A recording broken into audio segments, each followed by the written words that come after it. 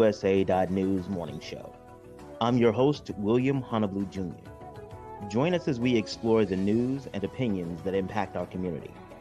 We break down how the major stories have a very personal, local, and racial impact.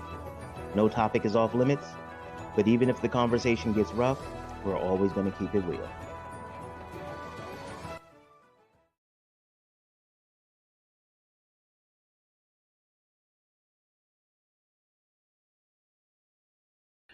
Greetings and salutations, all my friends out there in internet land. Having some technical difficulties this morning. That's crazy.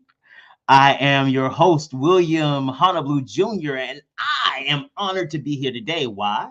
Because we're going to continue our tradition. We're going to continue the effort of looking at the down ballot races to make sure that we are engaged and know who's running for office so that we can be educated and vote people in that are going to actually change our commitment, but change the trajectory of our communities. So today I have Salimah Jasani. She's not a long friend of mine, but she seemed a little dope. I looked her up a little bit online and whatever, so she might end up being one of my dope friends because y'all know I know dope people. So, and she's running for the school board in Baltimore City. Like we talk about often, there are a lot of elections coming up, and elections have consequences. Each vote is important, but voting isn't the only thing. We need you to volunteer. We need you to contribute. We need to get you to get out there and encourage other people to vote. Because you by yourself is amazing, but bringing your whole squad, bringing your whole tribe can transform our communities, can change the world. And I got to be honest, I've been looking around. We could probably use some world changing right now. It kind of sucks a little bit out here. As always, want to give a big shout out to the super producer Kyle, Crazy Horse Morgan, and our assistant producer Brandy Raymar. I want to say big up to my personal assistant Grace Awaka for helping keeping me focused, help making sure the show stays headed in a direction that benefits and edifies the community. So I'm really grateful for my team for the work that they do. Also, very excited about some of the partnerships that we have. One of the really great partnerships that we're able to have is with the organization Breadcoin. Breadcoin is an amazing organization because what they do is they take your donation and turn it into food. Not in that they just give food out to people, because there are food banks that do that. They are amazing and they are incredibly helpful. But Breadcoin does it a little bit differently. What they do is they take your donations and create an alternative payment system. And so they take these coins, and right now each coin has the value of $2.50 per coin. They work with organizations that are already in the community, already engaging people. They work with them to figure out who's in need in the community. And they distribute Breadcoin through this network. And guess what happens? The people who need the resources, they get the resources. They get to walk into a restaurant and they get to eat with dignity. They don't have to go, nothing wrong with the soup kitchen, and the soup kitchens and shelters have saved millions of lives nationwide. But one of the things that the shelters do require is you showing up. The soup kitchens do requires you showing up and being identified and sometimes stigmatized with being unstably housed and things like that. And so that's a really big deal for me, because so often we ask people who are in poverty or in challenging circumstances that they give their dignity, their self-esteem, and their self-respect so they can earn benefits from the government and society. And I think that's horrible. And we're not doing that here. So yeah, we'll be talking a lot about Breadcoin as we go along and things like that. But if you get an opportunity to take a look at them, breadcoin.org, they're a really great organization. And they do good work. Big up to Robert Washington of the Robert Report on BlackUSA.news with Breadcoin, Dave Chap Lovelace with Breadcoin, another host of Share Space with Quita. So like, this is something that we do as a family at BlackUSA.news. Because I got to be honest, you might not be able to tell it now, but I've been hungry before. There are times when my family, we didn't know where the food was going to come from. And that's real. My mother and my father, they grew up very poor. They grew up very hungry, and food has been a defining issue in life for my family. And so I'm amazed in their organizations who understand the implications and the benefits of that off the break and try to help people, but not just help them, but to help them retain their dignity. They don't require them to sacrifice that to get assistance. So that's one. That's one. Making sure you know about that. Oh, and you know what? Let me tell you a little bit about my company. Hi, my name is William Honolulu Jr., and I'm the host of the BlackUSA.news morning show and the president of the Grinding Gang Incorporated. The Grinding Gang is an organization that helps small business owners in the nonprofit and for-profit communities figure out how to make sense of all the noise. There's a lot of information out there, and sometimes it gets a little overwhelming. We help you develop business plans. We help you figure out what to do with a lot of the information you receive. And we also help you figure out how to become more profitable. We also host a variety of workshops. You can check out our next workshop on grant writing right here. So just letting you know kind of the things that we do at BlackUSA.news. We are really involved and invested in making sure that we are engaged in the community and making sure that we're making a difference in the community. So that's what we got going on here. Y'all know I got to look through all my show notes, make sure, because they tell me the stuff not to say and stuff to say. And I normally don't listen to them. Sure. But one of the things they talked about is that don't get too excited. And I was like, but she's the candidate for school board, right? And that's education. I'm excitable when it comes to topic. They say, but this time just be calm and be professional. I said, have you seen any of these episodes? Like, have you watched anything that we do? There's like, yeah, now we get it. And so we're gonna have some fun here. Salimah, she seems cool. And again, she's not one of my current dope friends, but she seems dope-ish in the initial conversation. So we see if we can scale her up to a dope friend. Without further ado, let me bring Salimah to the stage. Are you here? There you go. Hey, how you doing? I am great. How are you? I am doing A-okay, doing okily dokily as it were. So one of the things that I always do whenever I have somebody running for office come on is to first say thank you. We'll get into what your politics are and whether I agree with them or not. But the first thing I want to say is thank you, because to care enough or to understand the importance enough to put yourself in, political and social harm's way, to have every aspect of your life scrutinized, blah, blah, blah, just so that you can make a difference, that's a really big deal to me. And I want to make sure that, no matter which way anything goes or where we are on the issues, that, I start off by saying that. So thank you. Thank you for acknowledging that. It is, it's really tough. And I think in some ways it's really inaccessible to a lot of people for some of the reasons that you've said. And I've definitely been experiencing that firsthand. So I appreciate that acknowledgement. Oh, no problem. And so let's give you the floor. You know what? I'm going to give you a whole solo panel to tell them who you are. Yeah, you got the whole screen to yourself. So tell them who you are. And by the way, ladies and gentlemen, I want to make sure you all recognize that she came branded. Like, you see her name at the side, then you see her logo and her t-shirt. That, again, those are the kind of things that as a candidate, you always have to think about. Like all of these things. And so again, when I acknowledge that I see the work you're putting in. Okay. All right, go ahead. So tell them about yourself. Thank you. Yes. So my name is Salimah Jasani. I am a former Baltimore City Public Schools teacher. I taught at Digital Harbor High School. I taught special ed English to 9th and 10th graders. I'm also a community organizer. So when I was in the classroom, I often felt like my students were brilliant and amazing. And I really, really loved them. And I'm still in touch with many of them today. And they have gone on to do brilliant, amazing things. And many times there were barriers in the way for them to be able to access opportunities, to be able to achieve their dreams. And those barriers came from the systemic level. It came because there were people in power much higher up than where I was as a classroom teacher that were making decisions that directly impacted my students. And they were making those decisions without impact from our young people. And so while I was in the classroom, I became a community organizer. So I would leave my school and then drive to our central office of our district, or I would drive to Annapolis to the State House or to City Hall to advocate for better policies for our students, to advocate for fair and equitable funding, to advocate for things like buses so I could take my students on field trips.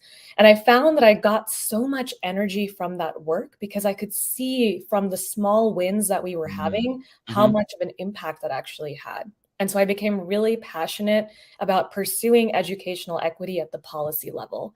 So Mm. I ended up going to grad school for public policy. While I was there, I completed an apprenticeship in the office of Nancy Pelosi, working specifically on education and labor issues, along with some other issue areas, and looking in at early intervention funding and how every dollar that we spend on early intervention services, especially for our infants and toddlers with disabilities, they play huge dividends later out on in life. After I completed that program, I worked at our State Department of Education here for a couple of years, again in the special education division. And I provided coaching and support to some of our district leaders across the state who worked on these issues. And now what I do is I'm an education consultant. So I work with districts around the country and I help them solve some of their toughest challenges in a way that involves the community, involves our young people, our families, our teachers in that decision-making process.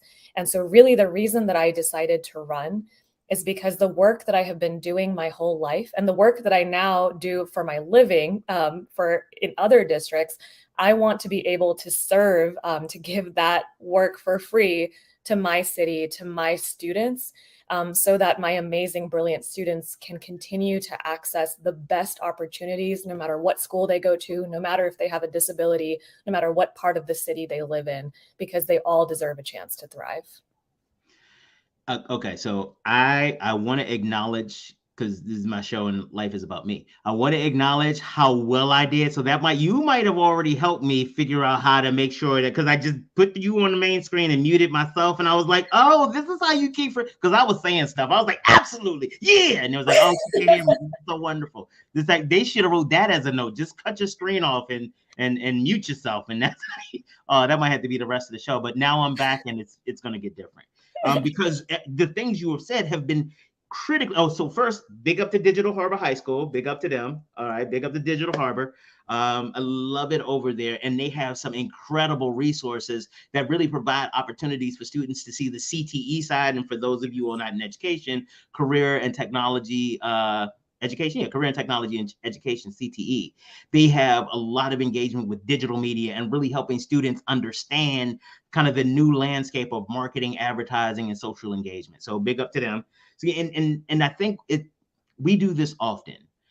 Anytime we hear about something good or something, we stop and celebrate it, because especially in Baltimore City, because if there was somebody got mugged at Digital High School, that'll be the leading story at blah, blah, blah. But Digital High School has made a really significant investment. And again, do the outcomes that's systemic, but they have made the investment. So again, just want to shout out Digital Harbor High School for doing the damn thing. The other piece that you talked about, and this is the great part about it being my show, we're gonna spend some time talking about special education and kind of its implication, especially as you were running, because presumably that is your experience as a special educator, not presumably, all of your lived and professional experiences are going to come to the bear as you are helping recommend and make policy that affects the children in the district. And so we're going to talk specifically about special education, because that is a huge problem. My opinion is a huge problem, primarily because nobody really fucking understands it. They're like, yeah, that's for slow kids or poor kids or misbehaved kids. No, you can do a 504. No, just give them a BIP instead of an IEP, because what?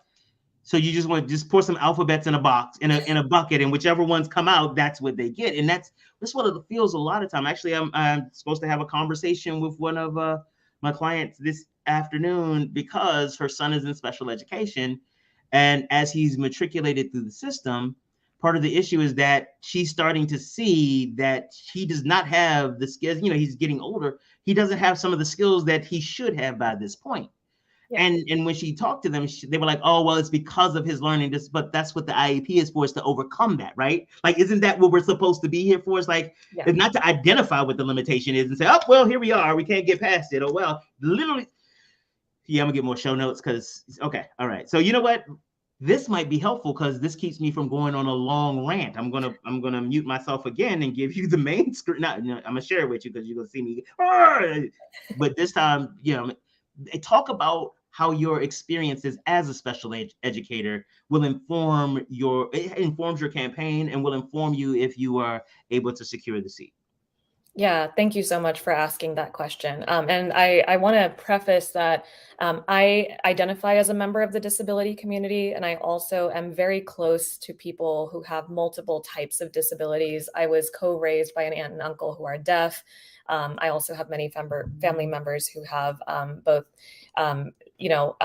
emotional disabilities and learning disabilities. And so this is a huge part of my life. And I see when I think about disability work, I think about disability justice. And so that, includes what's going on with our students, but it also includes what happens to them from the time they are born and then after they graduate from high school as well. So school is, a big part of their life, but it's not the only part of their life. So I kind of see all of this work as being interconnected. To me, absolutely, being a special education teacher, I mean, to be honest, it's a big part of the reason I decided to run. I am not the kind of person who I loved policy work. I loved community organizing. But if you had told me even like honestly, you told me a year ago that I was going to be running for office this year, I would not have believed you. I mean, I went back and forth so many times because I was so nervous. I mean, this stuff is really hard. But the reason that I decided to do it is because I kept getting phone calls from people who were watching very carefully the decisions that our school board was making. And they were saying, this decision has XYZ impact on our kids with disabilities, and no one is thinking about that. So what we've been doing is we make decisions for all students. We design for what's called, we design for the average. And I believe in designing for the margins. I believe that the people who are most impacted by our decisions, that if we design our systems to work for those people, for those children, they will work for everyone. But we're so busy here trying to raise the average test score that I don't care about the average test score. And I don't care about the best performing schools in our city. I care about who is your lowest performing student, who is your most struggling student, who is your student with the most significant disabilities, and what are we going to do about that student? And so that is the reason that I am running. And I think to your point about the level of expectations that we have for our students with disabilities, it's a huge problem. And the reason, and there's a lot of reasons for it, but a big reason that I have seen is because in this city, we segregate students with disabilities away from their non-disabled peers, put them in self-contained classrooms, which I taught all my years of teaching. I taught in a self-contained classroom. And in many cases, that did not meet the needs of those students. We were doing it because that was an easier solution than providing support to the teachers in the general education classroom so that the students could succeed in those classrooms. So I saw you come off mute. Yeah, I came off mute because I got you done touched on something. I was working with the buttons. That's why it took me so long. And I was like, I'm so okay. First, Horse and Grace and Brandy, I really am trying this time. I really am trying, but she is so spot on. She really is, because and I understand the value of self-contained, because I was in special ed for a little while and then in general ed for most of my high school, most of my academic career. But what I found was that while I was in special ed, I loved it. And not even because of the intellectual challenge, but because nobody was just generally mean to me. It was so amazing when I went to the classes that were self-contained. It was like, so y'all not going to throw anything? You're not going to yell at the teacher or anything like that? Like it was just nice, and everybody just and friendly. And so for me, my issues weren't intellectual. They were more social, emotional, and familial. But I remember that, and I didn't understand why they wanted to take me out, because again, to your point, the test scores. My test scores were so high, they couldn't keep me in special ed because it didn't make sense. That's not for kids who have good grades. And it's like, as an adult and as an education, I don't know what I am in education right now. I'm assuming it's an advocate, is more like a rabble rouser in education right now. It is like, why is not the entire school a safe space? Why do we have to have these types of conversation? And part of the reason why, I know, again, so I'm gonna try to this now. I'm gonna try to do my rants leading into a question. I think that might be very helpful leading into a question. Okay. So one of the things is I've worked in school systems, and worked in schools and in school systems, and worked as a consultant with different schools, home schools, organizations, and the like. What I realized is that the ones who tend to have the most significant impact on students are not the ones who do it the right way. And what I mean by the right way is that all of the stuff you learn when you are in your master's in education or when you're teacher practicum about keeping this distance, let them know you care, but keep a distance. Don't open up yourself to them directly, maintain professional objectivity, blah, blah, blah. But when you deal with students whose biggest issue is that they do not have the social emotional support at home, and again, not even knocking parents, because some of them don't have it. Like, how am I supposed to give you something I've never received? Yeah. I think I graduated with a 1.0. What you think I'm supposed to do with you? And so then the responsibility shifts from these primary institutions like the family, the church, to the school. Because now schools have to feed you. Schools have to be concerned about your social emotional well-being. Mm-hmm. Schools have to, I know Uvalde just happened, school board you're running for, if you choose to speak on it. Because I got to be honest, I'm still processing a lot between Buffalo and Uvalde. Like, there are so many implications on me personally, not even policy. It's just stuff. But as a Black man in Baltimore, like, now I know without hesitation that if I go to a grocery store, I could be killed for no, like, and it's not even I have any control over it. And these types of things terrorists win. So again, I'm not going to put you on the spot to talk about it, but if you choose to, absolutely. But more to the students' needs, like the schoolhouse has become all of this. Now they want you all, and again, I love this, like looking at you, imagining you jumping from behind the desk and dropping your quad. And, you know what I mean? Like when they talk about it, it doesn't even make sense. Right. But a lot of these things come from people who are outside the system. Well, teachers just need to, all you have to do is, but nobody ever talked about how do you go, like, okay, so yeah, I'm gonna get a fine. It's fine. This is show notes. But I work with teachers who are, my mother was a teacher, amazing. And they invest literally, my mother took food from my house to the school to make sure that the kids had food. Like, I used to get mad at that. Like, why are you taking them honey buns? Why are you taking them honey buns? We like honey buns. Don't you think we deserve honey buns? Oh God, I'm really bright. This is what happens when they leave me by myself and like make it happen today. And I'm like, okay, like I don't have you all again. Have they not seen episodes of this? Like this stuff should not be left with my own devices. But I'm sorry, I get sidetracked and excited and all that stuff. But like the teachers who do it well are not doing it professionally. They are really providing supplemental parenting. So as a member of the board, as seeking this office, like, what do you do with that? Because you're right. On one hand, they may not have the resources anywhere else, and the school may be literally their last hope of thriving. But at the same time, damn, there's so much stuff that teachers are having to do. And by the way, they are all selfish in the last year because they didn't want to risk their lives for COVID and die and some other stuff. And you all are just selfish, and why you all make too much money, and all you all are babysitters. Except I remember very, very vividly, April of 2020, May of 2020, when all of a sudden it's like, oh my God, these teachers are amazing. I am so happy because I don't know how to teach my kid how to read. He in the third grade, get with me, and none of us know what to do. So again, that left the ending it in a question into a sole separate rant, but let me try to bring it back again. So how are you going to bring kind of your lived experience and these perspectives to the table when, let's be clear, there are a lot of people who are on the board because they believe in the status quo. So how are you, your one vote, your one seat, how are you going to make a difference? Yeah. Oh, there's so many things I want to talk about. You go ahead. This is my show. Like Donnie may get mad if I go past an hour, but I don't care. I'll find myself. Sometimes it's worth taking the fine because this is part of the problem, where there's so much stuff always to talk about and there's never enough fucking time. Yeah. So I want to say one thing about Buffalo and Uvalde, and just so, and for some additional context about me, I was born in India, so I'm an immigrant, and I lived in a lot of different places growing up, but the majority of my life I lived in Texas before I came to Baltimore. And so, and I'm not from that particular area, but you know, it's not far from other places where I have done student teaching and worked with communities and students.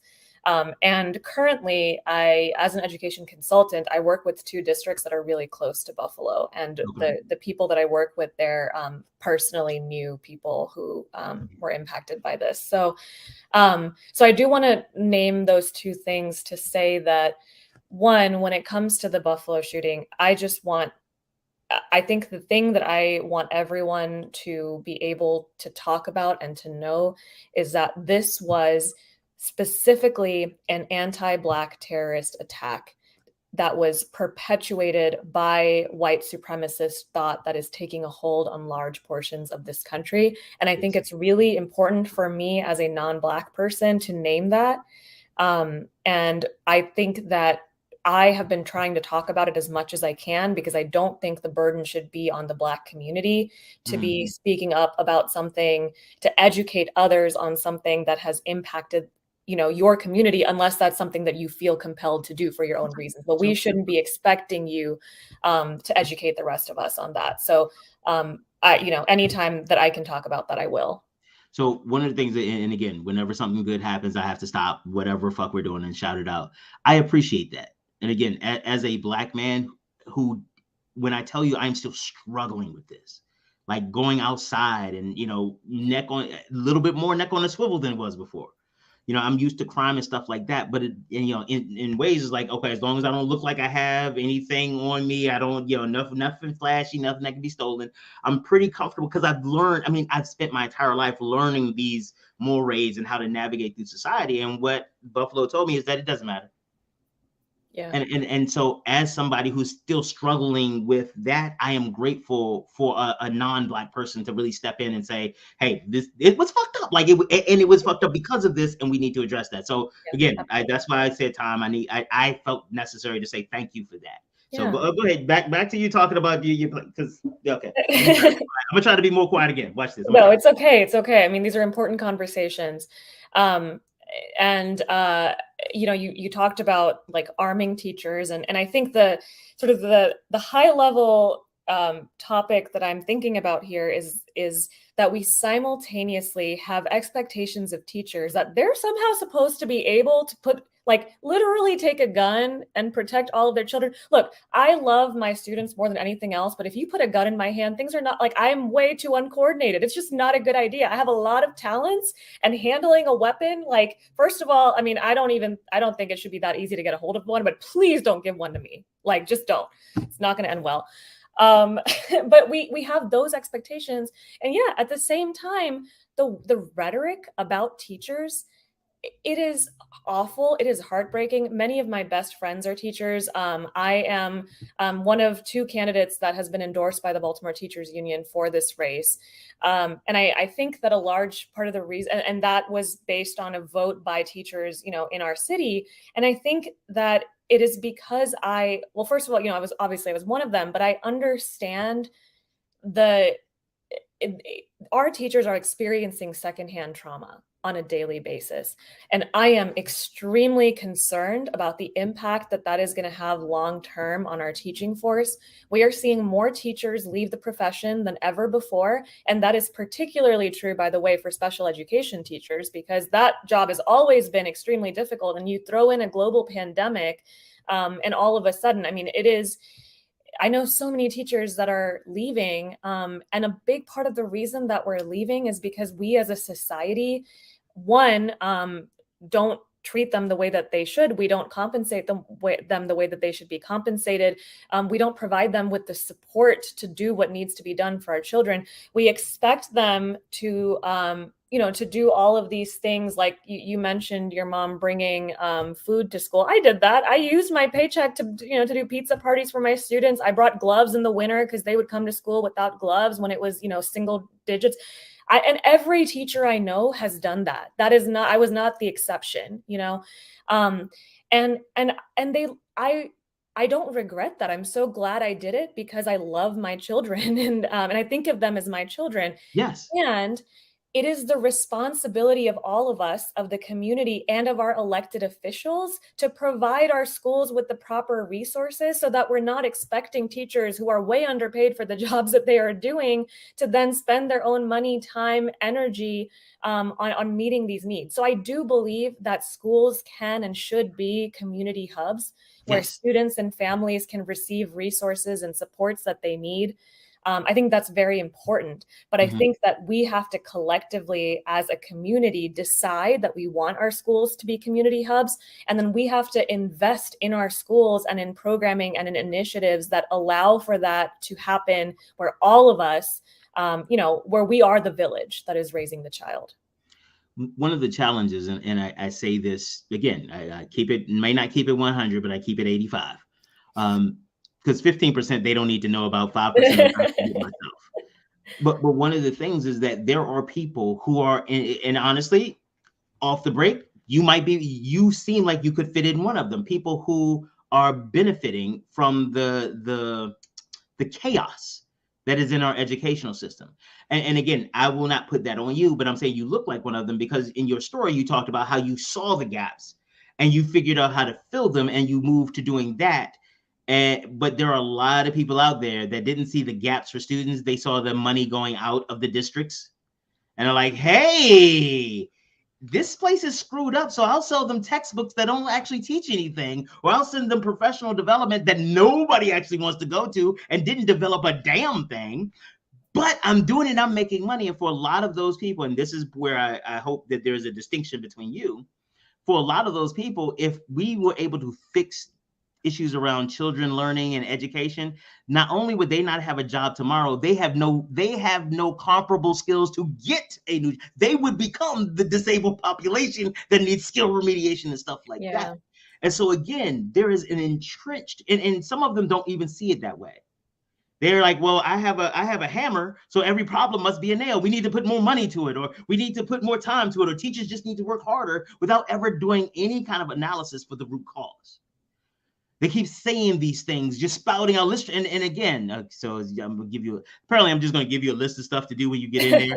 Stop starting shit all over again. Like, why is it that every time there's a new CEO, there's an entire new plan? If the board thought there was a new plan that could move the students, then the CEO's job is to guide that. But it seems like, for me, every time there's a new CEO, there's a brand new plan, brand new staff, brand new curricula, brand new tests, brand, and even worse results. So all that yelling and stuff, I don't apologize. It was necessary. But so as you are moving, because I'm gonna try to wrap it back into a question. So as you are moving into this role, how do you deal with the entrenched nature of some of the politicians that are going to be sitting beside you, some of the politicians that are going to be controlling your budget, some of the community people who are looking for their next thing and making their bones off of destroying you, like, and the teachers, other teachers, like, yo, you're one of us, you need not to even compromise, you know how bad it is in the trenches. That is a lot. Yeah, that is a lot. And that's one reason I don't run for office, because I think you all have mental health issues. Real talk. I mean, I have enough of my own, but to put yourself in that for the greater good, and that's why I say thank you for running. But how do you plan? Because part of your plan has to be dealing with that. So how do you? Okay, I'm gonna mute myself. So I am absolutely going to answer my plan for dealing with that. But I want to say one thing first, which is that I want to say something about my childhood, which I didn't mention before. I did mention, that I was an immigrant. My parents made extreme sacrifices, including, I didn't see my dad for a period of 6 months when he was in the US and we weren't able to get over here yet. And he was just trying to figure out, like, how could he bring us over? And I have this very vivid memory of a toy that he got me. It was like this stuffed ice cream cone. It was a weird toy.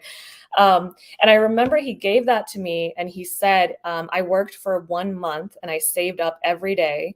And after saving for 1 month, I was able to get you this toy. And I mean, it was like, it must've been $1, it was not anything super fancy.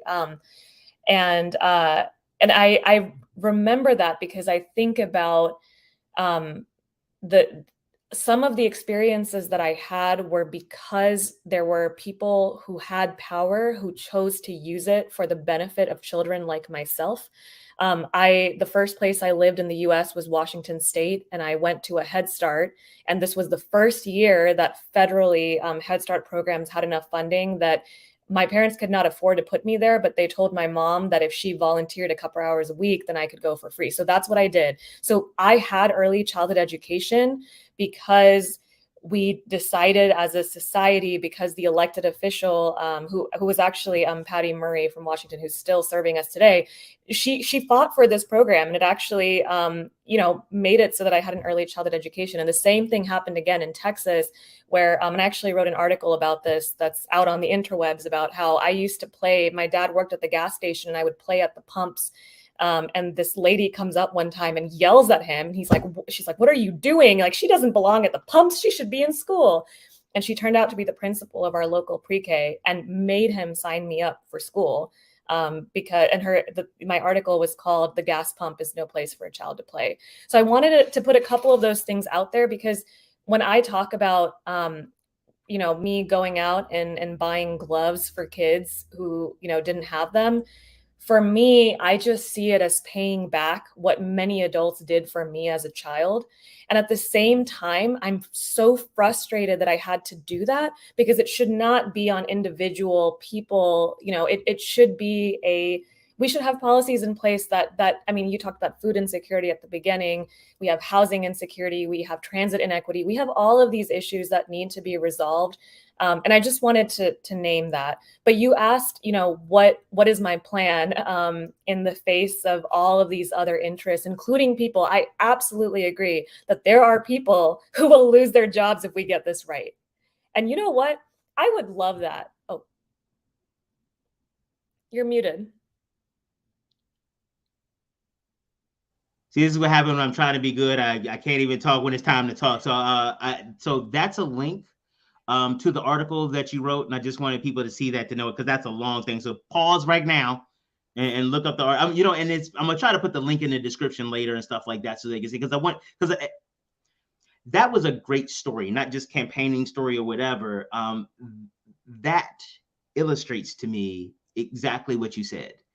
That as people have power, no matter how powerful you think you are, using that power to invest backwards into people who are not powerful creates powerful people. Because without her coming to the gas pump and be like, "Hey, look, I'm the principal, you gonna bring her here," you may not have this opportunity to do that for a kid, or the kid that has mittens, they may have lost a finger and that would have changed the trajectory of their life because they got frostbite. But because Miss Jasani got me a pair of gloves, and again, this is part of the challenges that the school system has to do supplemental parenting.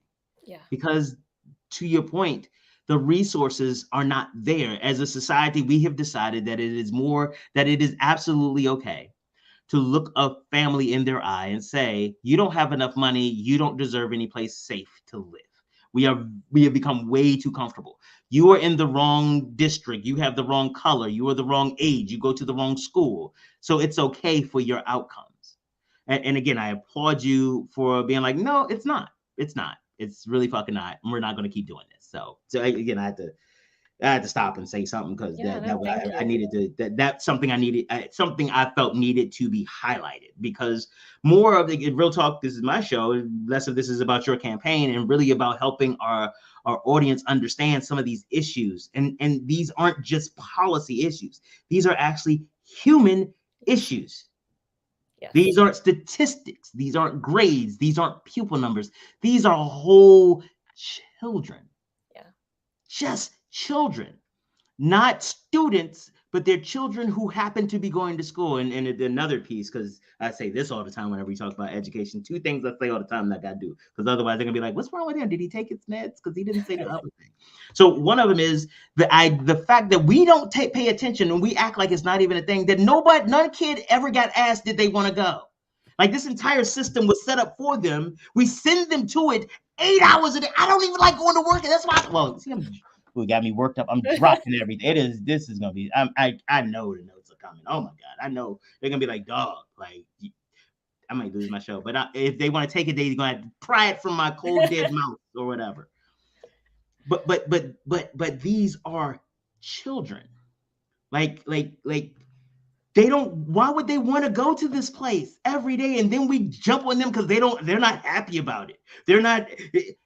I love this when I saw one time a mother yelling at her kid to hurry up and get in that school because I got to get to this stupid ass job. I got to pay for this. Like, but you sending them to their stupid ass job. Like, but without the level of empathy, because this is just what they have to do. We created these rules, hold them accountable to it, and then act like we don't understand why they're not happy to do it. So let me see if I can pull this one into a question, because that was just a random thing. So as a candidate, as a school board member, how will you, because we're not going to change anything about them having to go. It's not like we can make it fun, because honestly, that's not really helpful to education, and especially the way that we do education now. So what are you going to do? Yeah, this is a huge part of the way that I think about education is I think about the history of why we even have schools the way we do. And like our schools were designed because we were trying to basically, get kids to be complacent enough and put them into very specific jobs that we needed kids to fill. Like it was an industry. It was like a factory, right? The purpose of education was not for kids to be able to decide what they wanted to do with their lives. They didn't have that choice. Mm-hmm. We were just saying, we need you to do this. We need the labor. And so we're going to send you to school so you learn the things so that you can do the work that we need in society. That's not where we are today. And that shouldn't be where we are today. And I think, I thought I had some of my literature here, but my tagline is let our schools be centers of joy and of justice. I really do think that there are things that we could do to make our schools places where our children feel joy. And that's not going to be every day, right? I love my job. It doesn't mean that every single day I actually want to wake up in the morning and, oh my God. Yeah. But at the end of the day, I feel fulfillment in the work that I do. And that is something that I think we should strive for our students, is for them to be able to find meaning and for them to find relevance in their schooling for whatever it is that they want to come, alongside that and afterward. And what I have found often helps kids to feel that way about school is, one, for them to have a sense of belonging. And I think this is why I care deeply about those students who are the most marginalized in our schools, because those are the students that are least likely to feel belonging. And, in our city, I've talked about students with disabilities. I also am an immigrant, right? And so and we have a very rapidly growing immigrant population in this city. And the way that we talk as a city about who belongs here and who doesn't, and this includes people that have a lot of power. They have said it to me. As a candidate, I have been asked questions that I know what they're saying is, where are you really from? And it's because of the way that I look. And wait. There's a thing about that. There's two things. So one, oh my God, I gotta do the layout differently next time. I gotta do the don't get excited layout, because it's clearly not working. All right. So one of the things, there is a part of it that is because you look different. That's the American part of it. There is another part of it that is specifically Baltimore. And I do it when I talk about it when I do trainings, and I call it whose man's is this? Because that's when I first found out about it. I was actually working on a friend's campaign, and it was in July. And as you can tell, I sweat. So that wasn't really going well. So I wasn't going to take signs with me all the way up the block to drop them off and somebody said, yeah. So what I said is like, okay, I'll get them to say yes, sign it, fill out the form. And then I'll come back at night when it's cooler to put the signs up. And I came back to this neighborhood. It's off of Gwen's Falls, not too far from Mondawmin. And I went to it was like 9:30 at night. It was dark. And I went to put the sign on this lady's lawn who I'd seen early in the day. And the dude next door said, no, you can't put that on her yard. I was like, no, I talked to her. And she said it was okay. You can't put that there. And I was like, well, I already talked to her, and she signed off and said I could. He said, yo, whose man's is this? And everything about the tone and how everybody else got quiet, I realized it was time for me to go, take the sign, put it back in my car, and go away. I came back at 3:00 in the morning to drop it off because I'm petty and you would not stop me. But what I realized is that, at first I was, a little nervous or whatever and offended by it. But I realized that that's how Baltimore protects Baltimore. Yeah. Whose man's is this? Because if you are not related to somebody or somebody doesn't know you, then you sound like everybody. Because I remember there was a part where Martin O'Malley kept bringing people from New York. And they were going to come in and they were going to change Baltimore, make it so wonderful. People who've come through Hopkins, they're going to come and change everything. They're going to come and part of the problem is that they mean well, but they don't understand some of the intrinsic values, like Yeah. East Side, West Side. Like that is Yep. a really big deal. And if Yes. you're not from here, it sounds stupid. It really does. Like, so, like literally you got people who don't go to the other sides, but if you're from New York, it's like there are people who've never been to the Bronx if they live in Brooklyn. Right. And these micro or subcultural ethos are what drives a lot of this. And some of the conversation is absolutely racial, because you don't look like you're from here, so we need to talk about that. And that is anchored in white supremacy. But the other one is like, are you just another person from outside who's going to come in to get an office, get a grant, get a something? But if you somebody's man, now if you know J. Howard Henderson says, oh no, she's cool. Oh well, okay. Or you know, Jim Peterson. Jim Peterson says that she's cool. Oh, Jim said, okay, cool. And so I just there is a large racial component to that, and I'm not even going to pretend it's not. But some of it in Baltimore is really, whose man's is this? Yes, absolutely. And I think that I'm glad you mentioned that, because I think there is so much value. And it's so important that people are represented by people who are from the community, who have been there, who know the story, right? I do not believe in people coming in from outside and telling the community what to do. And so I think that's absolutely correct. And that's a big reason why part of my vision for change on the school board is to have more student input, family input, teacher input, and community input. What the work that I do now, a lot of it is responsive strategic planning, and we call it responsive instead of just strategic planning, because it's not just like, here's, come up with your mission, vision, values, and goals, and do what you're going to do for the next 5 to 10 years. It is from the very beginning of this process, we're going to bring the community together, and we are going to, you all as a community will collectively decide what are your values as a community, what is your mission and vision, and then we have planning teams from the community that actually work to execute that vision. One thing that we say a lot in the disability community is nothing about us without us. I think that Nope. You don't be disrespectful. Don't do that. Don't say something fire and you're just like without us. Whatever you said, say it again. That was good. Like, yeah, no, because one of the things is that for a lot of us, like that just rolled off your tongue. Like apparently it's something someone says all the time, or people say all the time in your space. And that's one of the reasons we do this show, because that by itself, I was like, whoa, no, don't just move past. Say that again, because that I think will help people. Go ahead, say it again. I apologize. That was like, I'm not gonna let you say nothing fire and just keep it moving. That's dumb. Yeah. So it's nothing about us without us. And to me, that is so important. And in the disability community, it's like people shouldn't be making disability policy without the input of disabled folks. But to me, it's that should be the case for all decisions that are made ever, right? Why should anyone be allowed to make a decision that impacts a group of people without input from that group? Oh, so you came here really to come and try to get some votes today. I see what you did. You came to Bridge. I'm getting some votes. Okay, get your votes game up. Because what you're talking about is the opposite of what we see at the federal level. This, I'm glad that you have voted for me and put me in this office. Now, go. I will let you know at the next election when I need you. I appreciate you. Let me go out and raise the funds and be the coolest person around, because I am an elected official. And that was amazing.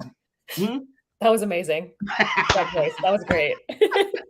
but that's what we experience with them. And so again, I am very great. That should be part of it. So you know what? I might have to have you back, because a couple of y'all have said something. A couple of y'all candidates have actually mentioned equity and inclusion in a way that I don't think is bullshit. So now, so for those of you all, I think I may bring you all for another show and run you all through some of the equity, because that's a really, and again, another strong place for us, because we recognize that how sad is it that we ask for fucking equity? Like it is, what that means is that there's somebody who's out there who says like, oh no, everybody's created equal. Well, and the part that I decry is those who don't have the courage to stand in that. Now, again, if you're a horrible person, cool, but don't try to pretend that you're not. Right.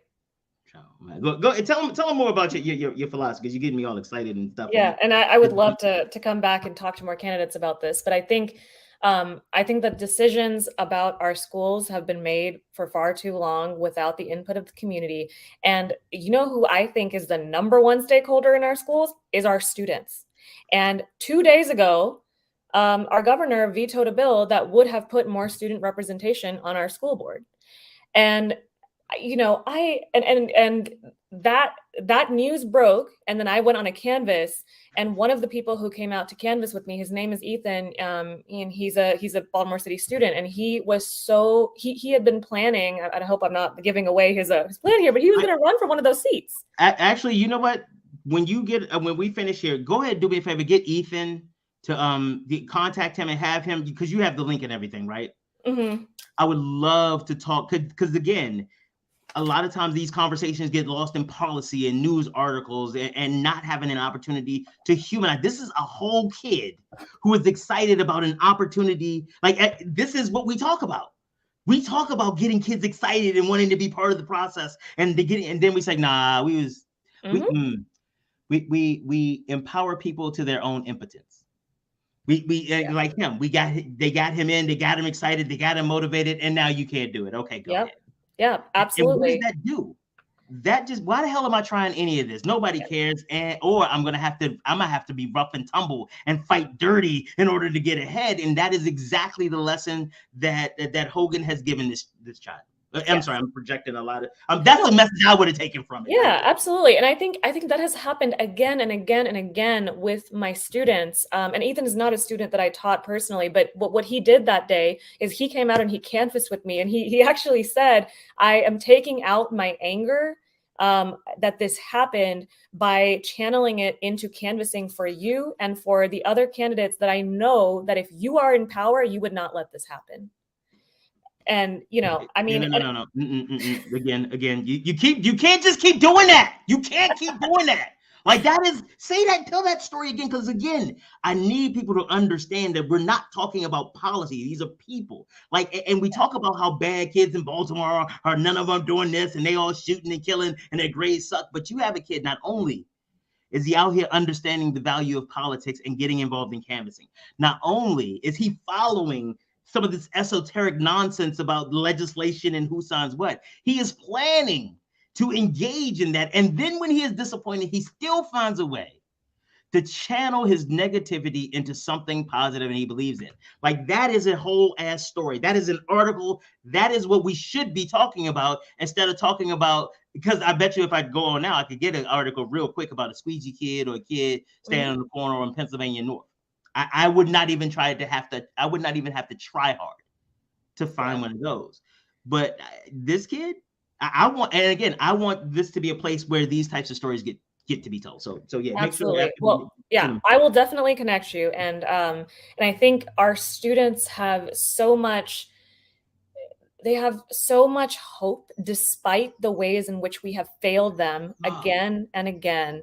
And what I want to do is just make sure that hope, that we can live up to that hope and that expectation, but also that we bring them to the table. And that was when I was a teacher. One of the things that I did is I actually trained several students at Digital Harbor High School on organizing and advocacy. And, and it starts at the school level, right? I mean, it would be little things that they wanted to be changed.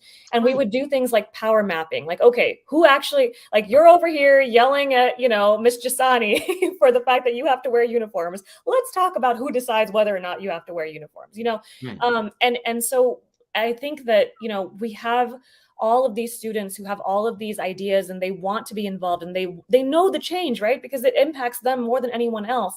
And I think we really need to think about, how do we get their perspective? And having student members on the board, I am 100% in support of that. And I wish that would have passed this time, but we're going to keep working at it until we get that. But it can't even just end there. I think we really, as a school board, and this, I think this gets to a couple of other questions that you have asked, which is, you asked about the CEO and the role of the school board with the CEO. You asked about community input. I think that the role of the school board, the way that I would like to see it shift, is that we are not necessarily the primary decision makers, but we are the people who are able to implement community-based decision-making in a way that makes sure that we are achieving our intended outcomes. But I have talked to so many people while canvassing that have great ideas. And I see there's so much. People really want to be involved. People really want to have a voice. And a lot of times I don't agree with those people. You know, I met a woman today. She was an 80-year-old woman, 80-year-old Black woman who said that she's against critical race theory. And she asked me about CRT in schools. And we had a conversation and we disagreed about a lot of things. You know, she thought we shouldn't be talking about race in schools at all. And I thought we should. And here's why. But she was engaged and she had opinions and she wanted to see our schools succeed. And she doesn't have access right now to be able to come together, first of all, to even learn what's happening in our schools, because she believed what she heard on the media, that we were teaching in schools that one race is better than another. And I said, ma'am, I assure you that no teacher is teaching their students. Wait, because I've worked with a couple of them who have said something very similar. So it is. How about this? Because it is not the policy or the position of the system that happens, but unfortunately, I have seen some classroom teachers, and I had to check it at the time. It's like where they were from another country who had basically just taken on everything that they read. Mm-hmm. And it was like, let me be clear about what parts of that are true. And it actually really did become an opportunity to really engage. But there were other of my colleagues who were like, oh no, let's just get her fired. Forget that. Yeah. And no, thank you.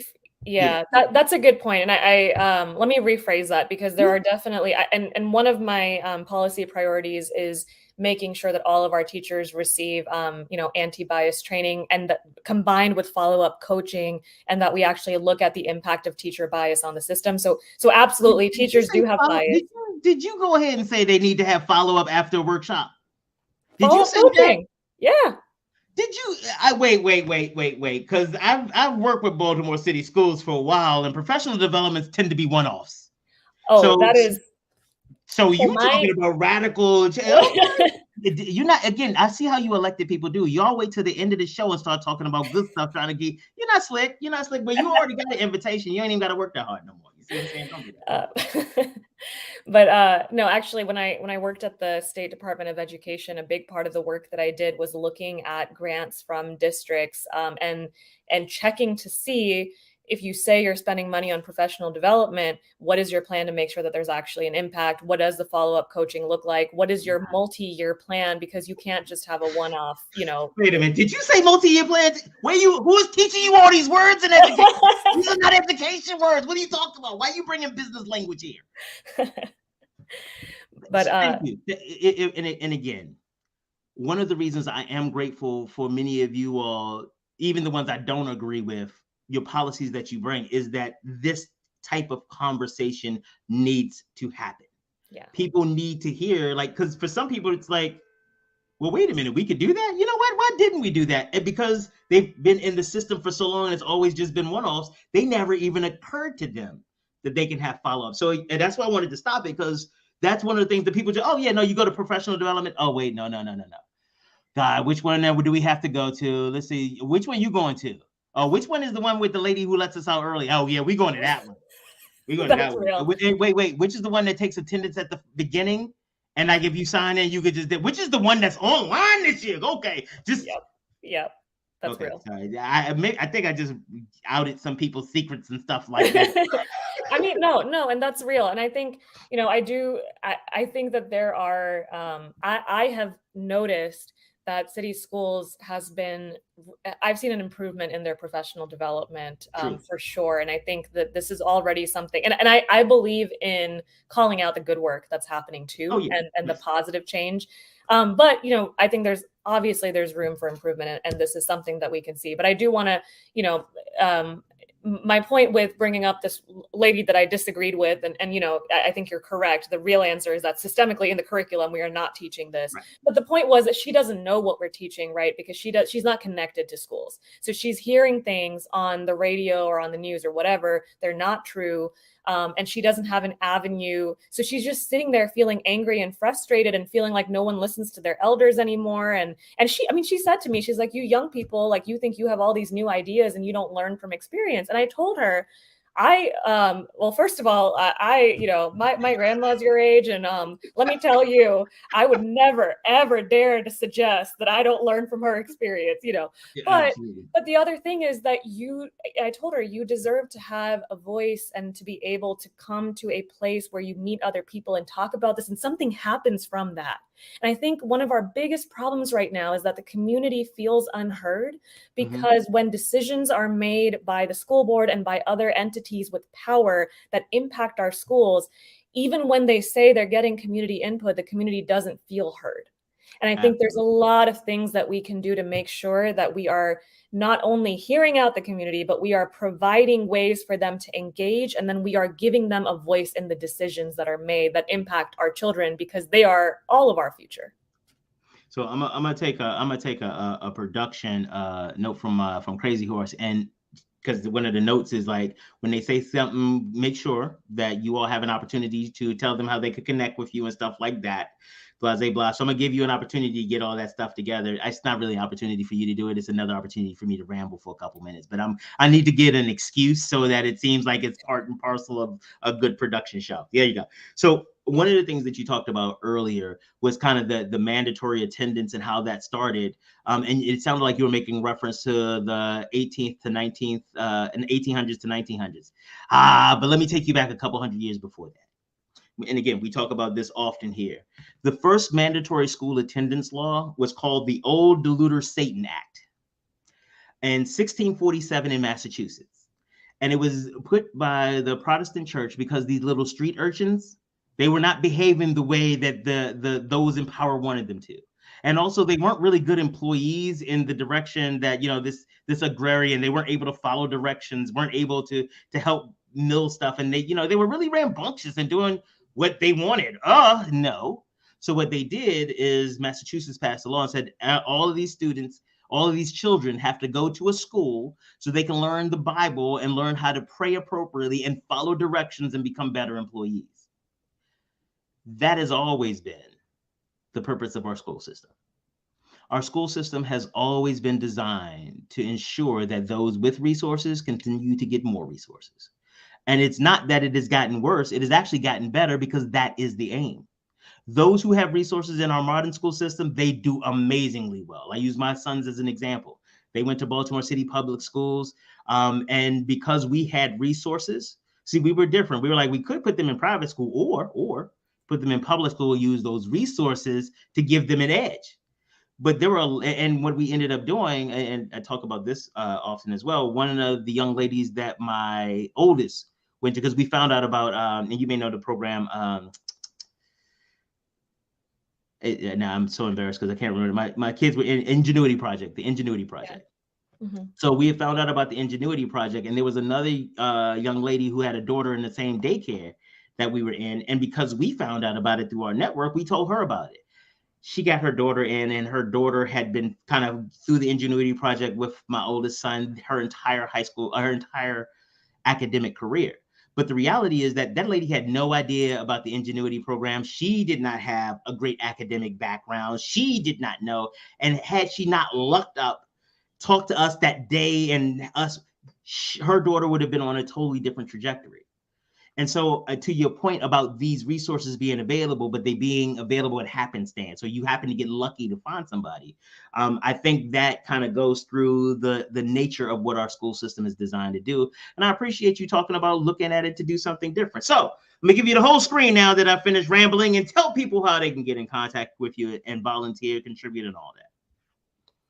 Yes, so please visit SalimahJasani.com. That's my website. That is the best place to start to get to know me and about where I come from and my policy priorities and what my life experiences have been. We have a huge need for volunteers right now. So if something that I said resonates with you, I would love your help to try to get me in a place where I can actually make the change that I want to make happen. And so if you go to my website, there is a button that says volunteer. please click on that. There are lots of ways to get involved. We are canvassing. We're canvassing in every neighborhood in the city. And so if you want to canvass in your neighborhood, we can make that happen. We can hit up your precinct. We also definitely have a need for donations. I'm one of those people that finds it really uncomfortable to ask people for money, but that's like apparently a big part of running for office. That is And the the most reason, of it. what did you say? I said that is most of it. That, yeah, unfortunately. Yeah. But it is really, really important because just physically printing the paper to reach every voter in the city, because this is a citywide race. And it's the first time that you get to vote for 2 elected seats on the Baltimore City School Board, because previously they've been appointed. So no one even knows it's happening. And so, I really mean it when I say every dollar counts. I can get postcards for about 10 cents. So if you donate $1, that's 10 postcards, that's 10 houses I can knock on and hand them this information and educate them.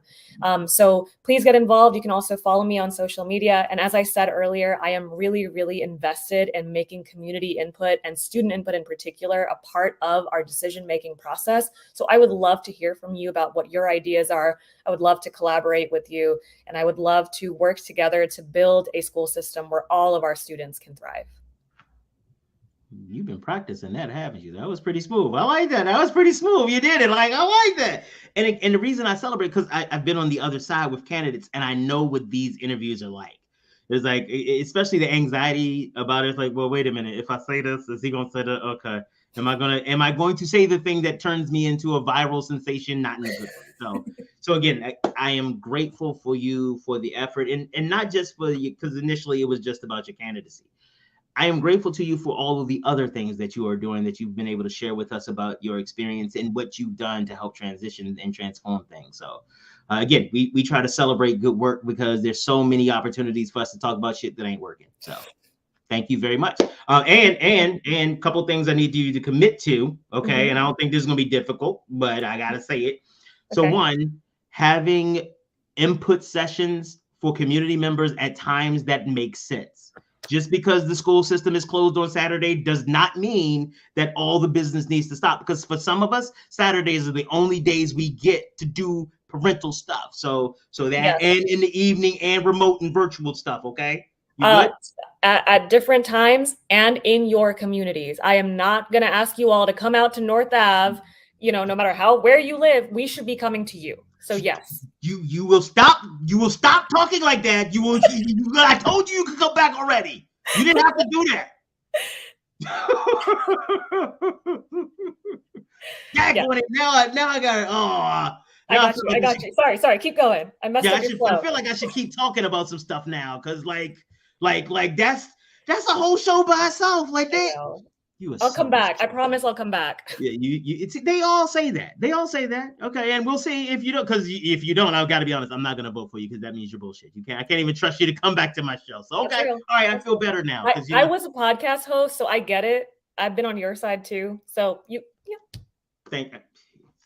So you just gonna say one more thing to make it better? You just gonna say one more thing? Oh, I get it. Okay, all right. You're disrespectful. I appreciate disrespectful candidates. Thank you very much. So Salimah, like I said, and no bullshit, thank you. No, like, oh, this was a great interview, but like, really thank you for what you are doing and what you're saying, and notwithstanding what happens in the race, because if you come back, I'm comfortable, I may vote for you. So notwithstanding what happens in the race, but I thank you for elevating the conversation, and just your presence, your commentary will force other candidates who may not even consider some of these issues to have to deal with them. So big up to you, and thank you. Thank you. Thank you very much for providing this space. No problem. I'm looking forward to talking to you the next time. Yes, absolutely. All right. Thanks. Bye. Yeah.